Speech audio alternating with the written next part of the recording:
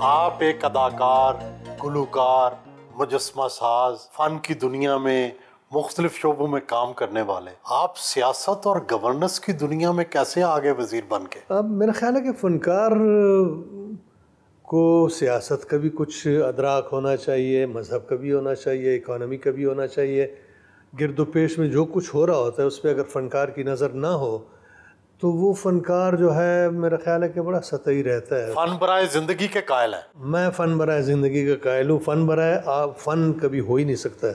پہلے masters in English کیا، پھر اس کے بعد کئی سالوں کے بعد آپ نے جا کے MCA میں داخلہ لے لیا، یہ کیا معاملہ ہے؟ سہیل صاحب، ایسا ہوا کہ میں ایک ایسے گھرانے سے ہوں جو کنزرویٹو بھی ہے لیکن ذرا روشن خیال بھی ہے. تو میں جب بہت چھوٹا تھا میری ڈرائنگ بڑی اچھی تھی. جب میں نے میٹرک کیا تو میرے استادوں نے کہا کہ لاہور میں ایک اسکول ہے، کالج ہے، وہاں داخلہ لو. تو میں نے جب گھر والوں سے کہا میٹرک کے بعد کہ میں جانا چاہتا ہوں آرٹ پڑھنے، تو پہلی بار انہوں نے کہا کہ نہیں، آرٹسٹ مت بنو، ڈاکٹر بنو، دکھی انسانیت کی خدمت وغیرہ وغیرہ. آرٹسٹ جو ہے پتہ نہیں اس کی زندگی کیسے ہوگی. سوچتا رہا، سوال کرتا رہا کہ مجھے ڈاکٹر بننا چاہیے کہ نہیں. اندر سے جواب آتا تھا کہ نہیں، تمہارے اندر وہ مدر ٹریزا نہیں ہے. BSc میں نے جیالوجی میں اور کیمسٹری میں کی اور میوزک بھی سیکھتا رہا.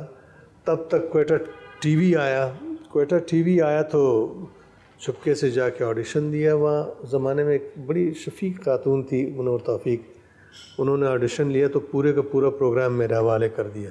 اتفاق سے وہ پروگرام بڑا ہٹ ہوا.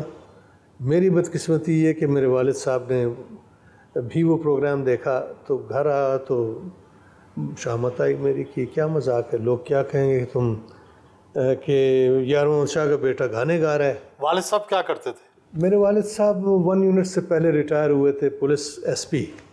اس زمانے میں SP بہت بڑی چیز ہوا کرتی تھی. تو پھر خیر وہ منع کیا، میں منع نہ ہوا تو بعد میں انہوں نے کہا کہ ٹھیک ہے NCA جاؤ، آرٹسٹ بنو. لیکن زمانہ جو تھا وہ بڑا ٹربولنٹ زمانہ تھا. سیاست پہ بھی نظر تھی، آرٹ پہ بھی نظر تھی. آپ کا جھکاؤ بائیں بازو کی طرف تھا اس وقت؟ بائیں بازو کو میں نے کوئی باقاعدہ تعلیم حاصل نہیں کی تھی، میں نے کتابیں نہیں پڑھی تھی، لیکن رجحان اس طرف تھا. اس لیے کہ آرٹسٹ سارے رومانٹک ہوتے ہیں اور رومانٹکس جو ہیں وہی ریولوشنری رہے ہیں ہسٹری میں.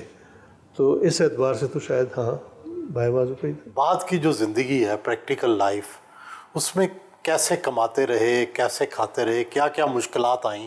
سہیل صاحب، میرا خیال ہے کہ ایک انتہائی بلیسڈ انسان ہوں کہ جس فیلڈ سے میرا تعلق تھا اسی فیلڈ سے میری روزی بھی وابستہ ہوئی. جب ڈرامہ کیا تو میں نہیں سمجھتا تھا کہ میں ڈرامہ کر سکتا ہوں، ایکٹنگ کر سکتا ہوں. میں شاید تھا، لیکن وہ اتفاق سے ڈرامہ بھی کلک ہو گیا اور بے انتہا ڈرامے ملنے لگے. کتنے 35 ڈراماز کر چکے ہیں ابھی تک آپ؟ مجھے یاد نہیں ہے کہ میں کتنے کر چکا ہوں. سیریل شاید 35 ہوں گے، ڈرامے کوئی 10-15 اور ہوں گے.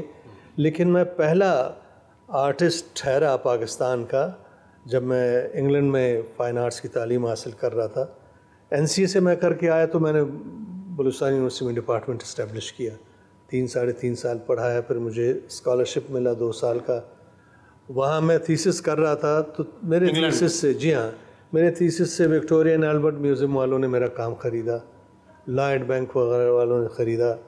اور اس طرح سے میرا اتفاق سے خوش قسمتی یہ کہ میں جس فیلڈ میں رہا اس سے میری اچھی خاصی باعزت آمدن ہونے لگی کہ مجھے بہت زیادہ کوششیں نہیں کرنی پڑی.